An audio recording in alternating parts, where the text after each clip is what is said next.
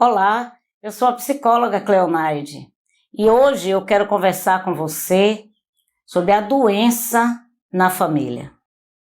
Como é que você reage diante do adoecimento de um pai, de uma mãe, de um irmão, de uma tia? Como é que nós costumamos reagir quando nós recebemos um diagnóstico de algo que pode se tornar grave? Toda doença no corpo é sempre uma oportunidade de provocar evolução na alma e nas relações afetivas.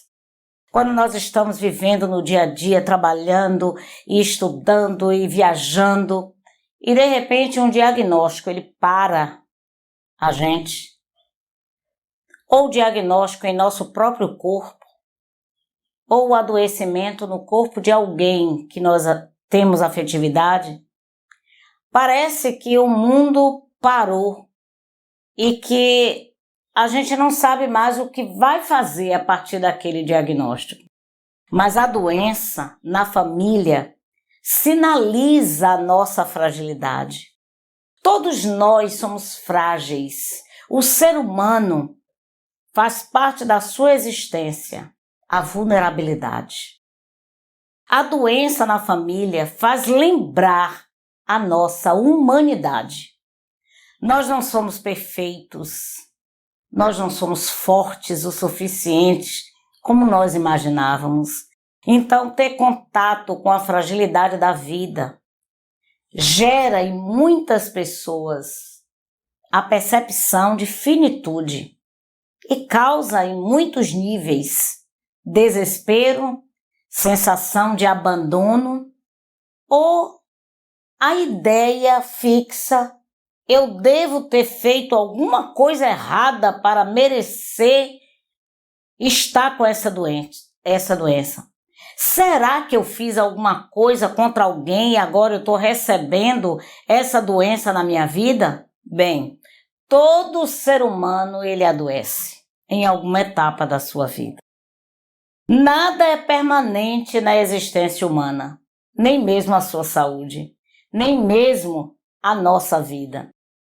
Como reagimos ao saber a notícia de uma doença grave na família? Bem, cada pessoa ela reage de um modo diferente. Vai depender das suas crenças, da rede de apoio que essa pessoa tenha, dos vínculos afetivos que ela construiu no longo de uma vida, o estilo de vida que ela adota no percurso da sua existência. Então, nenhum de nós podemos bater o martelo e dizer assim: se esta doença acontece com fulano de tal, ela entra em depressão. Não. Cada pessoa é uma pessoa. E cada pessoa reage de uma maneira diferente ao seu próprio adoecimento e o adoecimento de alguém da família. O adoecimento costuma ser percebido como um verdadeiro golpe do destino. O que foi que aconteceu que de repente eu fui surpreendido com essa doença? Os médicos, inclusive, quando estão tratando um paciente com estado mais grave, e aquele paciente acaba vindo a óbito, o próprio médico diz: eu perdi a batalha por causa daquele paciente que morreu. Porque na nossa cabeça é como se só existisse saúde, dinamismo, força, alegria, passeios, viagens, curtição. Mas todo ser humano é frágil na sua existência. O que aconteceu que eu fiquei doente? Existem muitos fatores. Estilos de vida, genética e uma série de outras situações que pode levar uma pessoa a um adoecimento. Tratar uma doença envolve mudança de hábito e de prioridade. Então, se você vem correndo pela vida e, de repente, no meio daquela corrida, você encontra um obstáculo na estrada, você precisa diminuir o ritmo da sua corrida. Em alguns momentos, parar, retirar aquele obstáculo do seu caminho e continuar a sua caminhada ou a sua corrida. Então, quando nós adoecemos, é preciso repensar quais são as mudanças que eu preciso construir, quais são os hábitos que eu ignorei e que agora eu preciso potencializar para que o meu processo de adoecimento possa a cada dia diminuir e eu possa voltar a ter uma condição de saúde melhor. Então, se eu adoeço e eu não crio um processo de reflexão e uma disposição para cuidar de mim, o que é que vai acontecer? Aquele processo de adoecimento, ele tende a agravar cada vez mais quando nós não assumimos uma postura de autocuidado, que é responsabilidade de todos nós. Compreender a doença. Toda doença, no nível grave ou não, se essa doença chegou, eu preciso estudar o máximo a respeito desta doença e tirar minhas dúvidas com o médico, com a enfermeira, com alguém da área de saúde que seja um profissional na área. Mas toda doença, quando ela chega, ela precisa ampliar os nossos horizontes a respeito daquela enfermidade. Então, mudança de rotina na família, de algum modo, precisará acontecer. Se alguém adoece na casa, toda a família precisa estar atento para ajudar esta pessoa no seu processo de recuperação. As incertezas disparam gatilhos a respeito da nossa finitude. Quando adoecemos ou quando alguém da nossa família adoece, o primeiro pensamento que vem é que aquela pessoa vai morrer. Mas na realidade existe um processo de cuidado, existe um processo que envolve uma mudança sistemática no nosso modo de existir no mundo.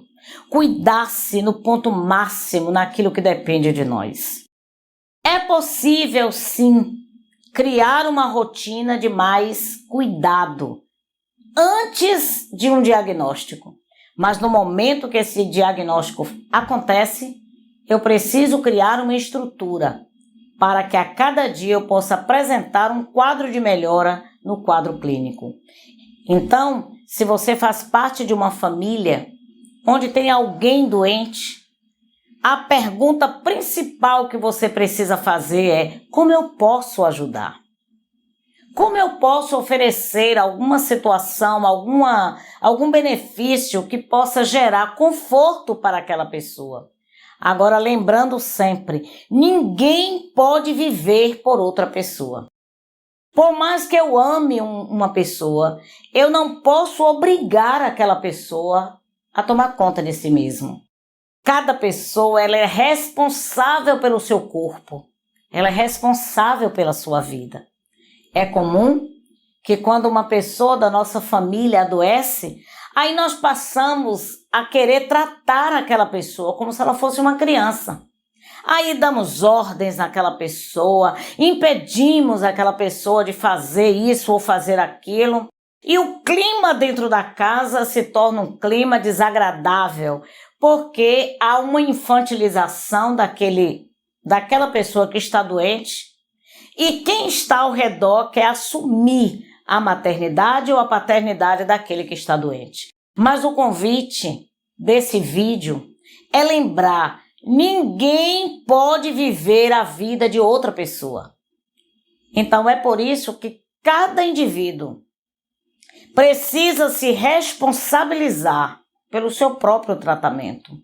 Precisa se responsabilizar pelos seus medicamentos, pelo tipo de comida que você vai consumir, o ambiente que você vai estar frequentando. Então, tudo aquilo que envolve o seu corpo é sua responsabilidade. Porque quando você é criança, pai e mãe assumem o cuidado. E aí proíbe isso, proíbe aquilo, não compra isso, não compra aquilo. Ah, mas quando alguém adulto adoece na casa, todos nós precisamos incentivá-lo, ajudá-lo, mas não podemos viver a vida pela outra pessoa. Então as emoções oscilam. Por isso devemos evitar de estar com os seguintes comentários: não fique triste, melhore essa cara, tenha fé, você não tem fé não? Seja positivo, pense de maneira positiva. Olha o que aconteceu com fulano. Todos esses comentários têm por trás o desejo de ajudar. Mas esses comentários, eles prejudicam a pessoa que está num processo de adoecimento. As emoções oscilam sim, mas uma pessoa não pode reagir sempre como se não tivesse doente, diante das incertezas, como se não houvesse nenhum tipo de doença. Então, tantas vezes, alguém que mora na mesma casa diz o seguinte: se porte como se você não tivesse nenhuma doença. Mas como assim se essa pessoa está doente? Então, no momento de oscilação, é preciso silenciar e ouvir. Como é que você pode ajudar um ente querido que está na casa adoecido? A primeira coisa, se dispõe a ouvir. Se dispõe a ouvir com atenção. Um outro aspecto é evite tratar um adulto como se ele fosse uma criança. Você pode sugerir uma alimentação mais adequada, uma atividade que possa facilitar o processo da pessoa, mas aquela pessoa é responsável pelo seu corpo. Coloque-se à disposição. Agora, de maneira sincera. Não prometa o que você não tem disposição em ajudar. Então, toda possibilidade de ajudar alguém, quando você se coloca à disposição, você precisa estar sendo sincero nas suas colocações. A abertura também para um suporte psicológico.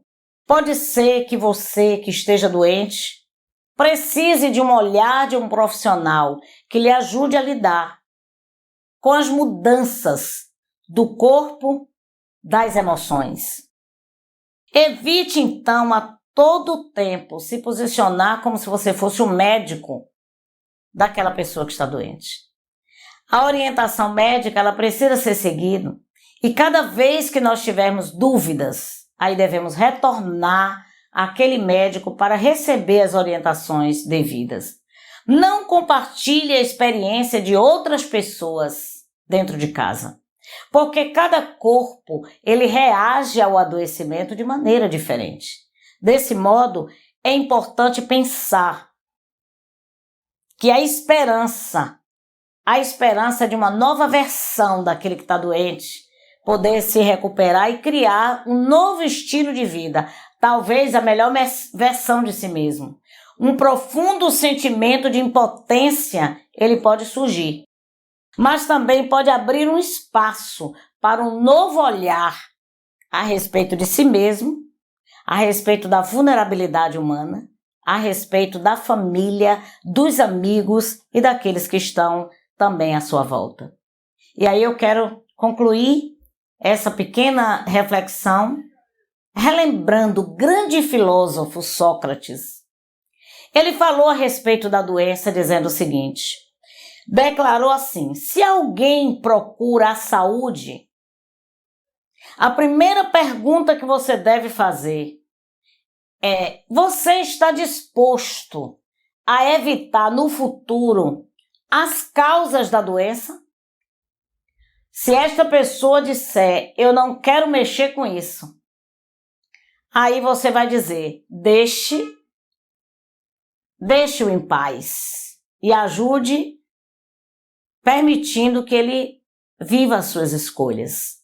Então, a saúde, ela tem muito a ver com a disposição para criar novos hábitos, para viver uma vida, no que depender de você, cada vez mais saudável. Escolha o conselho de Sócrates. Você quer ter uma vida saudável?